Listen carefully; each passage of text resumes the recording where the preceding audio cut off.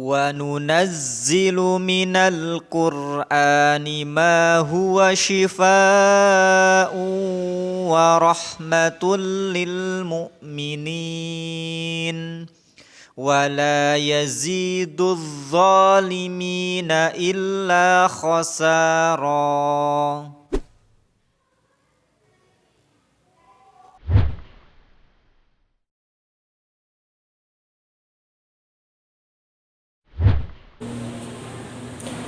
Bismillahirrahmanirrahim. Assalamualaikum warahmatullahi wabarakatuh. Pemirsa semuanya yang insyaallah dirahmati oleh Allah Subhanahu wa taala. Alhamdulillah, pada kesempatan hari ini insyaallah saya akan membahas tentang hikmah Allah memberikan sakit kepada kita. Jadi pemirsa semuanya, ketika seseorang itu diberikan sakit atau penyakit oleh Allah Subhanahu wa taala, pada hakikatnya itu ada hikmah di dalamnya atau terkandung hikmah di dalamnya. Insya Allah ya, apa yang sudah terjadi terhadap manusia ya, terutama berupa penyakit atau sakit yang diderita oleh seseorang, itu adalah karena izin dari Allah Subhanahu wa taala. Dan itu mempunyai hikmah di dalamnya ya. Yang pertama ya, hikmah ketika seseorang itu mengalami sakit ya, yaitu dengan sakit tersebut Allah Subhanahu wa taala mengingatkan kepada kita bahwa Allah memperingatkan kita tentang kematian. Kullu nafsin dha'iqatul maut ya. Setiap yang bernyawa ya, pasti akan mengalami yang namanya kematian ya. Maka ketika seseorang sedang mengalami sakit ya, yang mana mungkin sakit tersebut tidak kunjung sembuh ya, maka sejatinya Allah sedang mengingatkan kita ya, tentang kematian yang pasti akan datang kepada setiap orang atau setiap manusia ya. Dan dengan sakit ini kita akan menjadi teringat ya, akan ingat bahwa kematian bisa jadi akan menimpa kita, dan kita akan senantiasa berusaha untuk mempersiapkan diri agar kita senantiasa menyiapkan bekal untuk kehidupan yang abadi, yaitu di akhirat ya. Masya Allah ya. Itu adalah hikmah ya, Allah Subhanahu wa taala memberikan penyakit atau sakit kepada seseorang. Yang kedua, sakit itu bisa menggugurkan dosa. Ketika seseorang ditimpa suatu penyakit dan rasa sakit tersebut menimpa dirinya, pada hakikatnya rasa sakit itu adalah upaya ya, atau perasaan rasa sakit tersebut adalah dalam rangka untuk menggugurkan dosa-dosa yang pernah kita lakukan. Dan kita pun akan teringat bahwasanya apa yang sudah kita lakukan, dosa apa yang sudah kita lakukan dahulu kala ya, ketika kita hidup ya, selama kita hidup. Maka dengan introspeksi seperti itu, dengan muhasabah seperti itu, maka akan tersadarlah diri kita ya, bahwasanya kita mungkin sudah melakukan banyak sekali dosa dan kita sudah lupa kepada Allah Subhanahu wa taala begitu lama. Dan dengan sakit ini Allah menginginkan bahwa dosa-dosa kita akan dihilangkan, akan dihapuskan. Masya Allah. Maka dengan sakit ini kita seyogianya senantiasa untuk segera bertaubat kepada Allah Subhanahu wa taala, senantiasa beristighfar kepada Allah Subhanahu wa taala. Yang ketiga, ya, hikmah Allah Subhanahu wa taala memberikan sakit kepada kita, ya, adalah membuat kenikmatan yang ada di dunia ini, ya, itu menjadi hambar kepada kita, ya. Menjadi tidak berarti untuk kita, ya, sehingga kita akan lebih tertarik atau dekat dengan akhirat. Ketika seseorang mengalami sakit, ya, maka dia akan merasa hambar, ya. Makanan yang begitu enak dan lezat, ya, yang ada di rumahnya, yang ada di sekitarnya, ya, tetapi karena sakit tersebut dia merasa tidak selera, merasa hambar, ya. Kemudian istrinya, ya, yang begitu cantik, ya, maka dia pun karena sakit tersebut, ya, merasakan tidak berselera dengan istri tersebut, ya. Nah, maka dengan penyakit ini, pemirsa semuanya, kenikmatan yang ada di dunia ini menjadi hambar, ya. Tidak ada apa-apanya. Yang dia butuhkan hanyalah kesehatan atau kesembuhan. Yang keempat adalah sakit membuat kita ingat kepada Allah Subhanahu wa taala. Dulu ketika dia dalam keadaan sehat, ya, dalam keadaan kuat, dalam keadaan fisik yang prima, ya, dia sama sekali lalai kepada Allah Subhanahu wa taala. Dia tidak pernah pergi untuk melaksanakan sholat ke masjid. Dia tidak pernah membaca Al-Quran. Dia tidak pernah berinfak di jalan Allah. Semuanya terlupakan.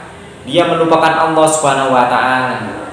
Dia melupakan ibadah-ibadah ataupun kewajiban-kewajiban yang ditentukan atau yang diwajibkan kepadanya. Nah, maka dengan sakit ini Allah mengingatkannya, ya. Dia menjadi ingat kepada Allah karena tidak ada harapan lain, ya. Ketika dia sudah berobat ke sana kemari, tetapi penyakit tidak kunjung sembuh, ya, maka dia punya harapan, dia masih punya harapan, yaitu kepada Allah Subhanahu wa taala. Kemudian dia teringat kepada Allah Subhanahu wa taala. Kemudian hikmah yang berikutnya adalah sakit membuat kekuasaannya, ya, atau kekuatannya tidak lagi berguna. Seseorang yang mempunyai gelar atau titel yang tinggi, punya kedudukan yang tinggi di dalam dunia ini, ya, dia merasa bahwa dirinya mempunyai segala-galanya. Kenikmatan dunia bisa dia raih. Tetapi ketika Allah Subhanahu wa taala memberikan penyakit kepadanya, ya, maka dia tersadarlah, ya, bahwa kekuasaannya, ya, hartanya semuanya tidaklah berguna baginya. Maka dia hanya pasrah kepada Allah Subhanahu wa taala, hanya mengandalkan Allah Subhanahu wa taala. Dan ini adalah hikmah, ya, orang diberikan penyakit oleh Allah Subhanahu wa taala. Maka dia tersungkur, ya. Dia berserah diri kepada Allah Subhanahu wa taala, ya, yang Maha Kuasa atas segala sesuatu. Baik, itu ya pemirsa semuanya, ya, bahwa sakit yang menimpa seseorang itu semua pasti adalah dari Allah Subhanahu wa taala, ya, dan ada hikmah yang terkandung di dalamnya. Barang siapa ikhlas, insya Allah Allah Subhanahu wa taala akan memberikan jalan keluar dan ketenangan baginya. Pemirsa semuanya yang dirahmati oleh Allah Subhanahu wa taala, ya.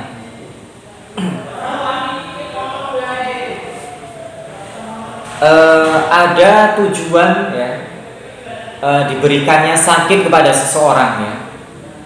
Ada beberapa tujuan, ya, berbeda-beda yang diberikan oleh Allah Subhanahu wa taala kepada seseorang, tujuannya.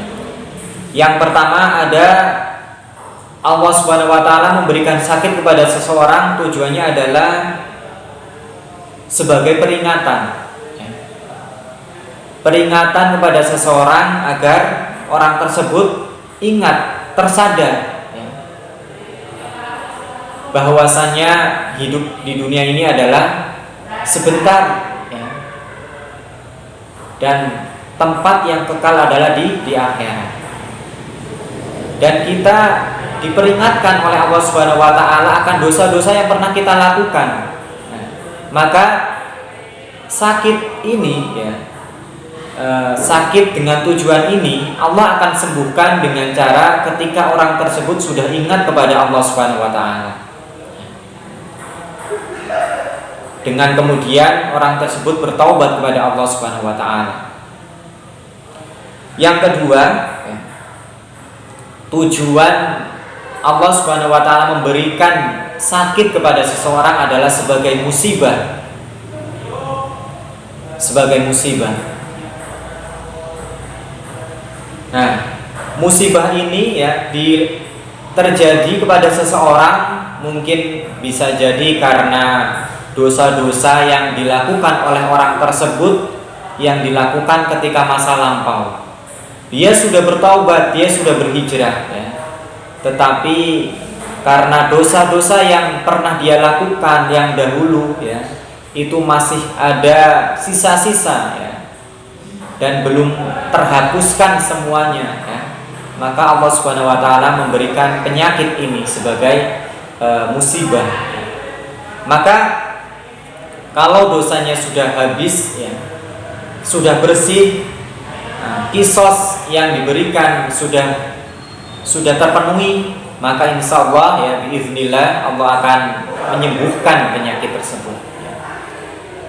Ada dosa yang memang bisa langsung Allah Subhanahu wa taala langsung hapuskan, ya.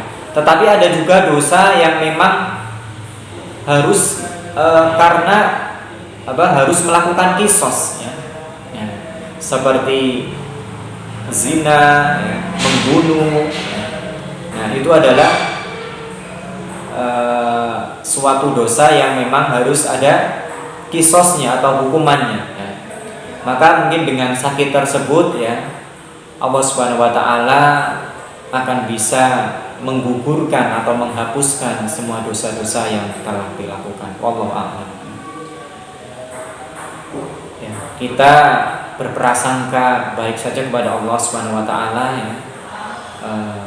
Ketika kita sudah pernah melakukan dosa, maka beristighfarlah, ya, dengan seyakin-yakinnya bahwasanya semua dosa-dosa yang pernah kita lakukan biiznillah akan dihapuskan oleh Allah Subhanahu wa taala, akan dimaafkan oleh Allah Subhanahu wa taala. Ya, mungkin juga tanpa kisos, ya. Wallahu a'lam, ya. Allah Maha Kuasa atas segala sesuatu. Kemudian yang ketiga, ya, hikmah atau tujuan dari sakit yang diberikan Allah Subhanahu wa taala kepada seseorang, di antaranya adalah sebagai ujian bagi dirinya, ya. Ya. Dan sakit model ini, ya, diberikan kepada seseorang karena memang orang tersebut sudah benar-benar teruji imannya, ya. Maka ini adalah sakit yang dikarenakan karena ujian dari Allah Subhanahu wa taala.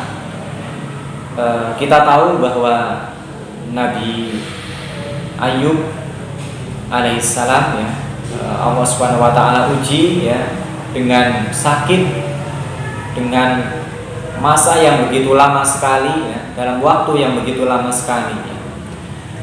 Kemudian dia juga ditimpa musibah ya, atau ujian berupa anaknya meninggal ya, semua anaknya meninggal, kemudian semua harta bendanya habis ya. Nah, itu adalah sebuah ujian ya, bagi mereka yang mempunyai iman yang kuat ya. Baik, tujuannya agar iman seseorang tersebut bertambah lebih kuat kepada Allah Subhanahu wa taala, lebih dekat kepada Allah Subhanahu wa taala. Kemudian yang berikutnya ya, tujuan dengan adanya sakit adalah karena azab ya, atau siksa dari Allah Subhanahu wa taala.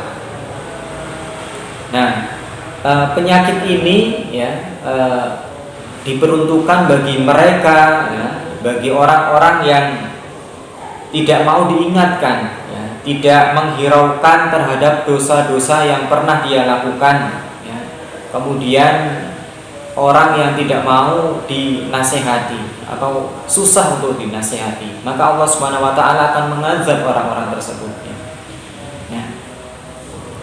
Nah, kemudian yang berikutnya ya, tujuan sakit yang Allah berikan kepada seseorang adalah karena jalan kematian. Tujuannya adalah karena jalan kematian. Banyak sekali ya kita dapati bahwa banyak sekali orang yang melalui sakit ya, kemudian orang tersebut biiznillah ya, meninggal dunia ya.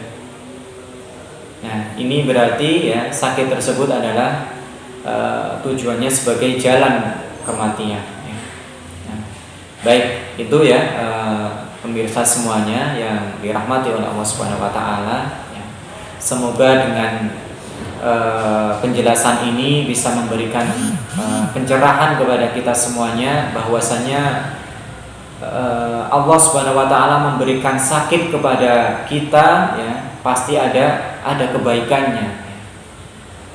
Dan kebaikannya itu adalah agar kita lebih siap, lebih dekat ya kepada Allah Subhanahu wa taala. Dan insya Allah ya, ketika seseorang itu mengalami sakit ya, itu lebih banyak kebaikannya daripada kejelekannya. Wallahu a'lam bishawab ya. Demikian, mudah-mudahan bermanfaat. Wassalamualaikum warahmatullahi wabarakatuh.